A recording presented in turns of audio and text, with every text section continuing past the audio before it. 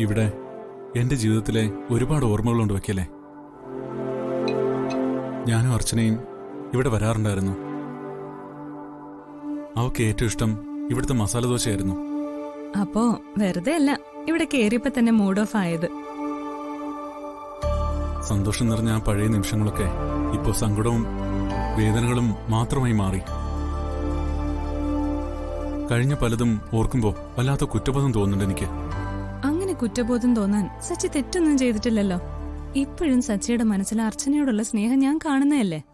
അറിഞ്ഞുകൊണ്ടല്ലെങ്കിലും എന്റെ ഭാഗത്തുനിന്ന് വലിയ തെറ്റുകൾ സംഭവിച്ചിട്ടുണ്ട് വക്കീലെ.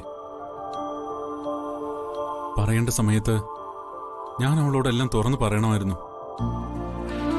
ഒന്നും പിന്നത്തേക്ക് മാറ്റിവെക്കരുതായിരുന്നു. അങ്ങനെ പിന്നീട് പറയാന്ന് കരുതി ചിലതൊക്കെ മാറ്റിവെച്ചതുകൊണ്ടാ ഇതൊക്കെ സംഭവിച്ചത്.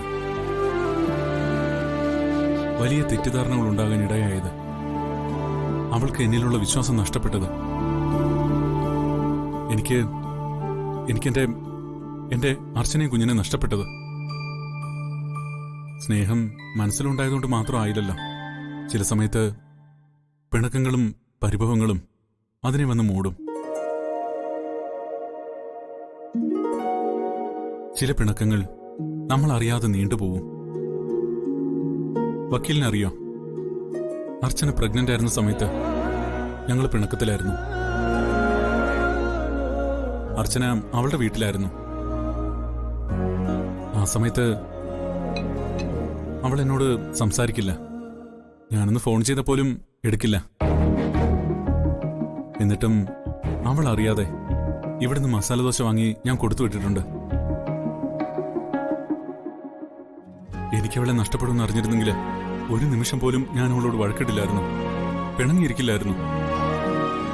അന്ന് ഞങ്ങൾ തമ്മിൽ പിണങ്ങിയ ഓരോ നിമിഷവും വലിയ നഷ്ടമായി തോന്നുന്നു ഇപ്പോ. ലോകത്ത് ഒരു ഭർത്താവും ഭാര്യയെ ഇത്രയേറെ സ്നേഹിച്ചിട്ടുണ്ടാവില്ല.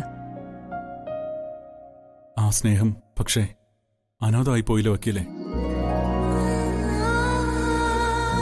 അവളെ എന്റെ കുഞ്ഞിനെ നഷ്ടപ്പെട്ടതോടെ ഞാനും ആരുമില്ലാത്തവനായിപ്പോയി. അവരെ നഷ്ടപ്പെട്ടു എന്ന് പറയാറായിട്ടില്ലല്ലോ സച്ചി. സച്ചിയുടെ ഈ സ്നേഹം അർച്ചനയെ സച്ചിക്ക് തിരിച്ചു കൊണ്ടുവന്ന് തരും.